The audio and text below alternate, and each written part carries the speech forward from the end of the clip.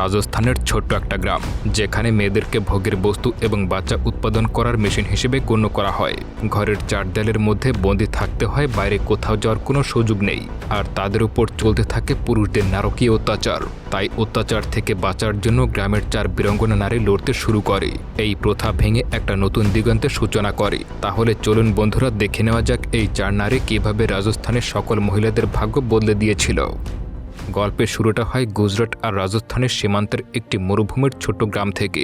এই গ্রামে কিশোর নামের একটা লোক বসবাস করে। সে শহরের বড় বড় ব্যবসায়ীদের কাছ থেকে হ্যান্ডিক্রাফট কাজ এনে মেয়েদের হাতে তুলে দেয়। কিশোরের এই কাজ করার ছোট্ট দলে 2 জন নারীও কাজ করে, যাদের নাম লাজো আর রানী। লাজো আর রানী কোনোদিন স্কুলে যাওয়ার সুযোগ পায়নি, তাই তারা পড়াশোনাও জানতো না। কিন্তু তা সত্ত্বেও তাদের মনে নিজেদের মতো করে বাঁচার একটা সুপ্ত স্বপ্ন সবসময় লুকিয়ে থাকে। রানীর জীবনটা একদমই সহজ ছিল না। তার 15 বছরের একটি ছেলে আছে, যার নাম গোলাপ। গোলাপ তার বাবার মতো ট্রাক চালানো শিখেছে। অনেক বছর আগে এক ভয়াবহ সড়ক দুর্ঘটনায় রানীর স্বামী মারা যায়। তখন রানীর বয়স ছিল মাত্র 16 বা 17 বছর। এত ছোট বয়সে বিধবা হওয়ার পর পুরো সংসারের বোঝা তার কাঁধেই এসে পড়ে। সেদিনের পর থেকে আজ পর্যন্ত সব কষ্ট সহ্য করে সে এক হাতে পরিবারটাকে আগলে রেখেছে। ঘরে তার এক বৃদ্ধ শাশুড়িও আছে, যে খুব অসুস্থ হয়ে সারাদিন বিছানাতেই পড়ে থাকে। এখন ছেলে গোলাপ একটু বড় হয়ে 2 পয়সা আয় শুরু করতেই রানীর মাথায় নতুন চিন্তা ঝেঁকে বসে। সে গোলাপের জন্য একটি মেয়ে পছন্দ করে রেখেছে। রানীর ধারণা গোলাপ এখনও অবুঝ আর খারাপ বন্ধুদের সঙ্গ পেয়ে ভুল পথে চলে যেতে পারে।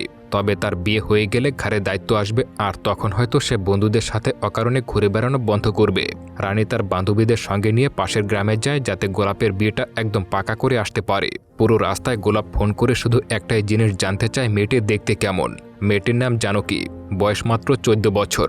এটা স্পষ্টত একটা বাল্যবিবাহ, কিন্তু রানীর মনে বিন্দুমাত্র ঘটকা লাগে না। তাদের কাছে এইসব খুবই সাধারণ ব্যাপার, কারণ তাদের নিজেদের বিয়েও এই বয়সেই হয়েছিল। যে সমাজে তারা বড় হয়েছে সেখানে তো কোনো প্রশ্ন তুলতেই শেখানো হয়নি। 3 লক্ষ টাকা নগদ দেওয়ার শর্তে রানী জোনাকির সঙ্গে তার ছেলে গোলাপের বিয়ে ঠিক করে ফেলে। এই কেনাবেচার মতো চুক্তিটাকেও তারা ঈশ্বরের নাম নিয়ে সম্পন্ন করে, কারণ তাদের বিশ্বাস জোড়া তো উপরওয়ালাই বানায়, মানুষ শুধু নিয়মটুকু পালন করে মাত্র। রানী যখন নিজের গ্রামে ফিরে আসে তখন সেখানে পঞ্চায়েত বসেছিল, কারণ একটা মেয়ে শ্বশুরবাড়ি থেকে পালিয়ে বাপের বাড়িতে চলে এসেছে। কিন্তু পঞ্চায়েতে সেই মেয়েটির ইচ্ছের কোনো দামই দেওয়া হয় না। সবাই মিলে এক কথায় সিদ্ধান্ত নেয় যে তাকে জোর করে আবারও শ্বশুরবাড়িতে পাঠানো হবে, কারণ এই সমাজের চোখে মেয়ের নিজের বাড়ি বলতে তো কেবল শ্বশুরবাড়িকেই বোঝায়।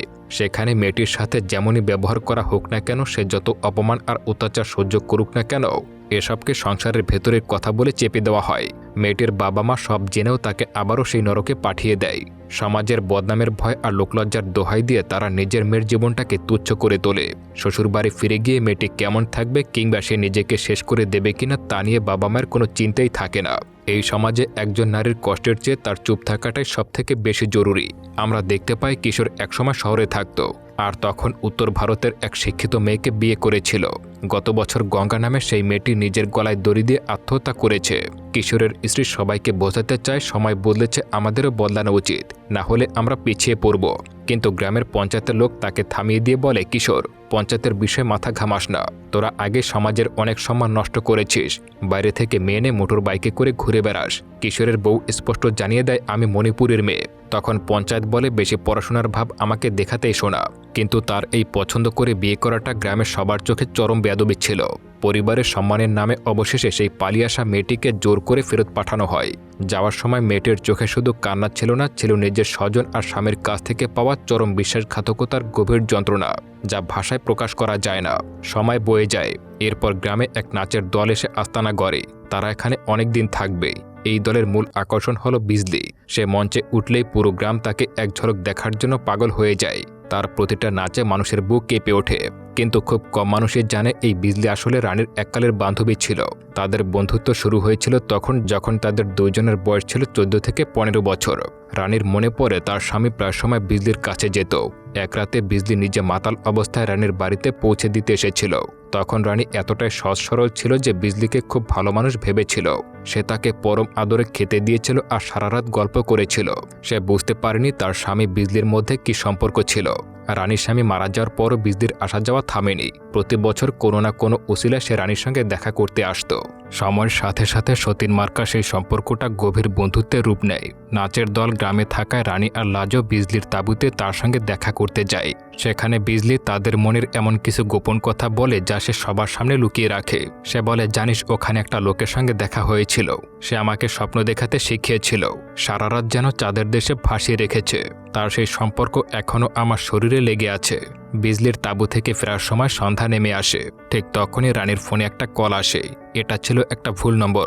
গত কয়েকদিন ধরে এই নম্বর থেকে রানীর কাছে ঘন ঘন ফোন আসছে, আর ওপাশ থেকে একজন লোক খুব নোংরা ও কুরুচিপূর্ণ কথা বলছে। তবে এত বছর পর রানী প্রথমবার অনুভব করে যে সে কেবল একজন বিধবা মা বা বউ নয়, তার ভেতরেও একজন নারীসত্তা লুকিয়ে আছে। অন্যদিকে রানীর বান্ধবী লাজোর জীবন নরকে পরিণত হয়েছে। সে মা হতে পারবে না বলে তার স্বামী প্রতিদিনই তাকে বিশ্রী ভাষায় গালিগালাজ করত আর মারধর করত। বন্ধা হওয়ার অপবাদ আর অকারণে মারধর এখন লাজোর দৈনন্দিন জীবনের অংশ হয়ে গেছে। কিছুদিন পর রানীর ছেলে গোলাপের বিয়ের দিন আসে, কিন্তু রানী যখন তার নতুন বউ জানকীকে আনতে যায় তখন তার মাথার উপরে আকাশ ভেঙে পড়ে। জানকীর চুল অগোছালোভাবে কাটা আর খুব ছোট। এই রক্ষণশীল সমাজে যে কোনো নারীর লম্বা চুল তার রূপ ও সম্মানের প্রতীক হিসেবে ধরা হয়। সেখানে বউয়ের ছোট চুল পুরো পরিবারের জন্য লজ্জা। রানী বুঝতে পারে গ্রামের মানুষ জানকীকে এভাবে দেখলে তাদের সম্মান মাটিতে মিশে যাবে, কিন্তু সে খালি হাতেও ফিরতে পারবে না, তাতে আরও বেশি বদনাম হয়ে যাবে। উপায় না পেয়ে সে জানকীর পুরো মাথা ওড়না দিয়ে ঢেকে বাসে তুলে নিয়ে আসে, কিন্তু ভাগ্যের লিখন ছিল অন্য কিছু। বাড়ি পৌঁছাতেই শুরু হয়ে যায় তুলকালাম কাণ্ড। গোলাপ তার নিজের মায়ের উপরে চিৎকার করে বলে রানী ইচ্ছা করে তার জন্য এমন খুঁতথাকা মেয়ে খুঁজে এনেছে। সমস্যা এখানে শেষ হয় না। বিয়ের দিনে গোলাপের দাদি মারা যায়। গ্রামের লোকেরা বলতে শুরু করে নতুন বউয়ের কাটা চুল আর অশুভ পরাতেই বুড়ি শখে মারা গেছে। যদিও আসল সত্য হলো দাদি এতটাই বৃদ্ধ ও অসুস্থ ছিল, বিয়ের টানাহেঁচড়া আর জার্নির ক্লান্তি সহ্য করতে পারেনি, তাই সে ঘুমের মধ্যেই মারা যায়। কিন্তু সমাজ তার দোষ চাপানোর জন্য একটা বাহানা খোঁজে মাত্র। দিন যত যায় রানী নিজের ছেলে গোলাপের আচরণে তার মৃত স্বামীর প্রতিচ্ছবি দেখতে পায়। বন্ধ ঘরের ভেতর থেকে নতুন বউয়ের জোনাকের উপর অত্যাচার আর গায়ের জোর খাটানোর আওয়াজ আসে। তখন রানীর বুকটা কেঁপে ওঠে। সে খুব ভালো করে জানে যে ভেতরে কি ঘটেছে, কারণ সে নিজেও তো বছরের পর বছর এই একই যন্ত্রণা সহ্য করেছে। রানী আর ঘরের ভেতরে সেই করুণ চিৎকার সহ্য করতে পারে না, তাই মধ্যরাতে ঘর থেকে বের হয়ে সে তার বান্ধবীর বিজলির তাঁবুতে চলে যায়। সেখানে গেলে সে একটুখানি শান্তির নিঃশ্বাস ফেলতে পারে। এই দম বন্ধ করা পরিবেশের ভেতর কিশোর আর তার স্ত্রী যেন একটু আশার আলো হয়ে দেখা দেয়। কিশোরের কাছে কাজ পাওয়ার পর গ্রামের নারীরা 2 পয়সা আয় করছে তাই নয়, স্বামীর উপর তাদের অন্ধ নির্ভরতাও কমে আসছে। কিশোরের স্ত্রী নভি তাদের পড়াশোনা ও শিক্ষার গুরুত্ব বোঝায়। গ্রামের নারীরা এখন একটু আধটু ইংলিশও বলতে পারে এবং শহর থেকে বড় বড় কাজের অর্ডার এনে দিতেও সাহায্য করেছে। কিন্তু গোলাপের মতো পুরুষদের চোখে এই পরিবর্তনটা একদমই সহ্য হচ্ছিল না। তাদের মতে কিশোর আর তার স্ত্রী মিলে গ্রামের মেয়েদের মাথা খাচ্ছে আর তাদের নষ্ট করছে। তারা মেয়েদের সীমার বাইরে গিয়ে স্বাধীনভাবে ভাবতে শেখাচ্ছে। গোলাপের স্পষ্ট ধারণা, মেয়েরা যদি বেশি পড়াশোনা করে তবে তারা স্বামীর মাথায় উঠে বসবে আর হাতে নাগালের বাইরে চলে যাবে। গোলাপের ক্ষোভ আর হিংসা এক পর্যায়ে পাগলামির সীমা ছাড়িয়ে যায়। একদিন সে তার বখাটে বন্ধুদের নিয়ে কিশোরের ঘরে গিয়ে নারীদের বানানো সব হস্তশিল্পের উপরে প্রস্রাব করে দেয় এবং সেগুলো পা দিয়ে মারিয়ে পুরোপুরি নষ্ট করে দেয়। গোলাপের এতটুকু হুঁশ ছিল না যে যেসব জিনিস সে নিজের পুরুষত্বের দম্ভে ধ্বংস করল সেগুলো তৈরি করতে তার নিজের মা আর গ্রামের অন্য নারীদের রক্তঘাম জড়াতে হয়েছে। সে আসলে নিজের খাওয়া থালাতেই কুড়াল মারছিল। একদিন লাজো রানীর বাড়িতে আসে। আজ সে আগের মতো হাসি খুশি ছিল না, তার মুখটা ভীষণ মলিন। তার স্বামী মদ খেয়ে তাকে পশুর মতো পিটিয়েছে। যদিও গালি আর মার খাওয়া তার নিত্যদিনের ব্যাপার, কিন্তু আজকের শরীরের কালশিটে দাগ আর গভীর ক্ষতগুলো বলছিল নিষ্ঠুরতার সব সীমা আজকে পার হয়ে গেছে। রানী নিঃশব্দে লাজোর ভাঙা শরীরে ঔষধ লাগিয়ে দেয়। রানীর হাতে সেই নরম স্পর্শে লাজো এমন এক আপন ভাব ও শান্তিময় অনুভূতির খোঁজ পায় যা সে নিজের স্বামীর সংসারে কখনো পায়নি। সেই মুহূর্তে কষ্ট আর অনুভূতির গভীর আবেশে জড়িয়ে তারা দুজনে আবেগে ভেসে যায়। তারা আরও কাছাকাছি চলে আসছিল, ঠিক তখনই রানীর ছোট্ট বউ জানকী সেখানে ঢুকে পড়ে। ফলে তাদের ঝটপট একে অপরের কাছ থেকে সরে যেতে হয়। পরের দিন সকালে গোলাপের কয়েকজন বন্ধু হন্তদন্ত হয়ে রানীর কাছে ছুটে আসে। তারা খবর দেয় গোলাপ বড় বিপদে পড়েছে। যে নিষিদ্ধ পল্লীতে সে প্রায় সময় নিজের লালসা মেটাতো, এবার সেখানে টাকা না দিয়ে ভোগ করে আসার চেষ্টা করেছে। আগের কিছু পাওনা বাকি ছিল, তাই সেখানকার দালাল আর গুন্ডারা তাকে আটকে বেঁধে রেখে পেটাচ্ছে। যেই ছেলে প্রতিদিন তাকে অপমান করে সেই কুপুত্রকে বাঁচানোর জন্য রানীকে বাধ্য হয়ে কিশোরের কাছে সাহায্যের জন্য ধর্ণা দিতে হয়। শুধু তাই নয়, ছেলের প্রাণ আর ইজ্জত বাঁচাতে শেষ পর্যন্ত তাকে নিজের মঙ্গলসূত্রটুকু বেচে দিতে হয়।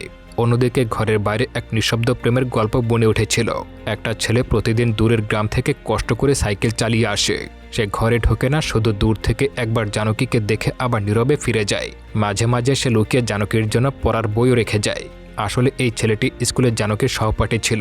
তারা একে অপরকে খুবই ভালোবাসত। কিন্তু ছেলেটি ছিল অসচ্ছল, তাই জানকীর পরিবার যে বিশাল অঙ্কের পণ দাবি করেছিল সেটা তারা দিতে পারেনি, ফলে তাদের বিয়েটা আর হয়নি। এখানে আসল সত্যিটা প্রকাশ পায়, জানকীর চুল আসলে কোনো শখের বশে ছোট করা হয়নি, সে ছিল প্রতিবাদের প্রতীক। বিয়ের দিন নিজেকে অযোগ্য প্রমাণ করার জন্য সে নিজের চুল ছোট করে কেটেছিল, যাতে পাত্রপক্ষ তাকে অপছন্দ করে ফিরিয়ে দেয়। কিন্তু আফসোস, সমাজের অন্ধ গোয়ার্মের সামনে তার সেই করুণ প্রতিবাদ কোনো কাজই আসে না। এদিকে রানীর ছেলে গোলাপ দিন দিন আরও হিংস্র হয়ে উঠেছিল। সে এখন পুরো পশুর মতো রূপ নিয়েছে। দিনে রাতে কুৎসিত জায়গায় যায়, বাড়ি ফিরে জানকীকে বেধম মারধর করে আর নিজের জীবনের সব ব্যর্থতার জন্য নিজের মাকেই দোষ দিতে শুরু করে। রানী ভেবেছিল ছেলের বিয়ে দিলে সংসারের দায়িত্বে সে শুধরে যাবে, তার নিজের জীবনটাও একটু হালকা হবে, কিন্তু হয়েছে তার ঠিক উল্টো। আজ যখন সে জানকীর চেহারা দেখে তখন তার ছাতি কেঁপে ওঠে। জানকীর আজকের এই করুণ অবস্থা যেন রানীর ফেলে আসা অতীতের প্রতিচ্ছবি। মনে হচ্ছিল জানকীর ভবিষ্যৎটা রানীর মতো আধার আর কান্নায় ভরে যাবে। একদিন বিজলি তার গাড়িতে করে লাজো, রানী আর রানীর ছোট্ট বউ জানকীকে নিয়ে গ্রামের সীমানা ছাড়িয়ে এক পুরনো দুর্গের ধ্বংসাবশেষ ঘুরতে যায়। গ্রামের সেই চার দেয়ালের বন্দিদশা কাটিয়ে খোলা আকাশের নিচে এসে তারা প্রথমবারে সত্যিকারের স্বাধীনতার স্বাদ উপভোগ করে। রানী আর লাজোর মনে হয় বিজলির জীবনটা কতই না সুন্দর। না আছে সমাজের কোনো ভয়, না আছে সংসারে কোনো শিকল, পুরো দুনিয়াময় শুধু নিশ্চিন্তে ঘুরে বেড়ানো। কথার মাঝখানে যখন বাচ্চার প্রসঙ্গ ওঠে তখন লাজোর মনের ভেতরে জমে থাকা কষ্টটা কান্নায় ভেঙে পড়ে। সে কাঁদতে কাঁদতে বলে, হয়তো আমি কোনোদিনও মা হতে পারবো না। তখন বিজলি এমন একটা কথা বলে যা শুনে লাজো আকাশ ভেঙে পড়ে। বিজলি বলে, সব দোষ যে তার নিজে, সেটা কে বলল? এমনটাও তো হতে পারে তোর স্বামী নিজেই অক্ষম। লাজো পুরী অবাক হয়ে যায়। সে আজ পর্যন্ত কখনো শোনেনি যে কোনো পুরুষও সন্তান জন্মদানে অক্ষম হতে পারে। তাদের সমাজে বাচ্চা না হলে সব দোষ মেয়েদের উপরেই চাপানো হয়, সবাই শুধু নারীকেই অপমান করে। বিজলি লাজোকে বলে, চাইলে শহরের ডাক্তারের কাছে যাও, কিন্তু লাজো জানে তার স্বামী আর গ্রামের মানুষ এটা কখনো মেনে নেবে না। তখন বিজলি তাকে আর একটা গোপন উপায় কথা বলে। সে বলে, একটা আশ্রমে একজন বাবা আছে, সে নাকি সন্তান হওয়ার আশীর্বাদ দেয়। ঘুরতে ঘুরতে বিজলি রানীকে একটা কষ্টের কথা জানায়। সে বলে, তোর ছেলে গোলাপ আর ছোট নেই, সে রাতে অনেক টাকা নিয়ে আমার তাঁবুতে এসেছিল, আমি তাকে বকাঝকা করে বের করে দিয়েছি। তুই জানিস তোর বিয়ের সময় আমি তোদের সাথেই ছিলাম, তখন তোর বয়স ছিল মাত্র 14-15 বছর। এই কথা শুনে রানী খুবই লজ্জা পায়। তার নিজের ছেলে এত খারাপ পথে চলে গেছে যে সে নিজের মায়ের বান্ধবীকেও খারাপ চোখে দেখে। সন্ধ্যায় বিজলি নিজের আস্তানায় ফিরে দেখতে পায় নতুন এক কম বয়সী মেয়েকে দলে নেওয়া হয়েছে। এই পেশায় পুরনো মানুষদেরকে খুব সহজেই সরিয়ে দেওয়া হয়। তবে রাজু নামের এক ছেলে ছিল যে সত্যি বিজলিকে ভালোবাসত। সে বলতো, চলো আমরা এখান থেকে দূরে কোথাও চলে যাই, আমি তোমাকে সম্মান দিয়ে রাখবো। পরের রাতে বিজলি লুকিয়ে রানী আর লাজোকে আশ্রমে নিয়ে যায়। পরিকল্পনা অনুযায়ী লাজো অন্ধকার ঘরে চোখ বন্ধ করে শুয়ে পড়ে। তার খুব ভয় লাগছিল, কিন্তু লোকটা যখন তাকে ছোঁয় তখন লাজোর চোখে পানি চলে আসে, কারণ স্বামীর কাছ থেকে সবসময় মারধরই পেয়েছে। এই স্পর্শে সে প্রথমবার শান্তি আর সম্মান অনুভব করে। তার মনে হয় সেও একজন মানুষ, শুধু ভোগের বস্তু নয়। ওদিকে রানীর ফোনে আবারও সেই অচেনা নম্বর থেকে কল আসে। এবার লোকটার গলায় খারাপ কিছু ছিল না। সে নিজের নাম, বয়স আর একাকী জীবনের কথা বলে। আগে রানী তাকে বলেছিল, আমি একজন বিধবা বড় ছেলের মা, আমার বয়সও কম নয়। তখন লোকটা ফোন কেটে দিয়েছিল, কিন্তু এবার সে সব সত্যি জানার পর আবারও ফোন করেছে। এতে রানীর মনে নতুন একটা অনুভূতির জন্ম নেয়। সেই রাতে 3 বান্ধবী গ্রামের একটা নির্জন পুকুরে যায়। তারা হাসতে হাসতে গোসল করে। কিছু সময়ের জন্য তারা সব দুঃখ ভুলে যায়, কিন্তু সকাল হলে আবারও আগের কঠিন জীবনে ফিরে আসতে হয়। গ্রামে ফিরে সবকিছু আবারও খারাপ হয়ে যায়। গোলাপ এখনও শহরে নিষিদ্ধ জায়গায় টাকা নষ্ট করছে। লাজোর স্বামী প্রতিদিন তাকে মারছে, আর বিজলির কাজও ধীরে ধীরে নতুন মেয়েটি নিয়ে নিচ্ছে। একদিন জানকীর পুরনো প্রেমিক বাড়ির সামনে বই রেখে যায়।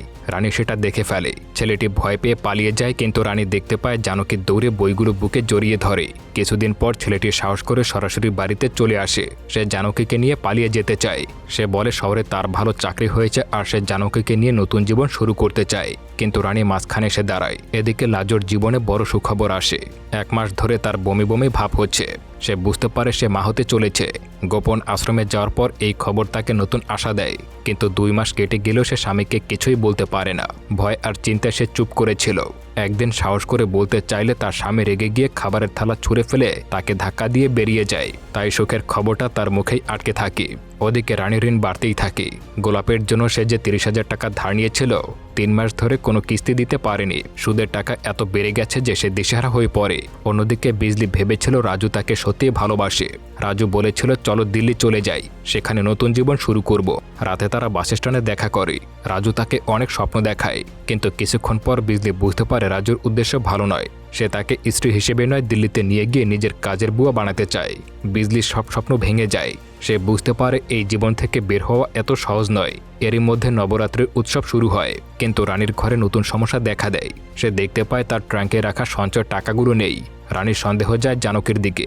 সে ভাবে জানকী হয়তো টাকাগুলো তার প্রেমিককে দিয়েছে, কিন্তু সত্যি ছিল অন্য রকমের। টাকা চুরি করেছিল গোলাপ। সে আবারও খারাপ জায়গায় যাওয়ার জন্য টাকাগুলো নিয়েছিল। রাতে গোলাপ নেশা করে বাড়ি ফিরে জানকী টাকার কথা জিজ্ঞাসা করতেই সে খুব রেগে যায়। সে জানকীকে পশুর মতো মারতে শুরু করে। রানী বৌমাকে বাঁচাতে গেলে গোলাপ নিজের মাকেও অপমান করে। সে এমন কুৎসিত কথা বলে যে রানীর হৃদয় ভেঙে যায়। রাগের মাথায় গোলাপ বলে ওঠে, এখন বুঝি বাবা কেন তোমাকে ছেড়ে চলে গিয়েছিল। এই কথা শুনে রানী একদম চুপ হয়ে যায়। নিজের সন্তানের মুখে এমন কথা শুনে সে ভিতরে ভিতরে ভেঙে পড়ে। অন্যদিকে বিজলির জীবনেও ভয়ঙ্কর ঘটনা ঘটে যায়। কয়েকজন লোক গ্রাহক সেজে এসে তার উপরে অত্যাচার চালায়। সমাজ তাকে শুধু নাচের মেয়ে হিসেবে দেখলেও তারও সম্মান ছিল। সেই রাতের পর থেকে সে মানসিকভাবে ভেঙে পড়ে।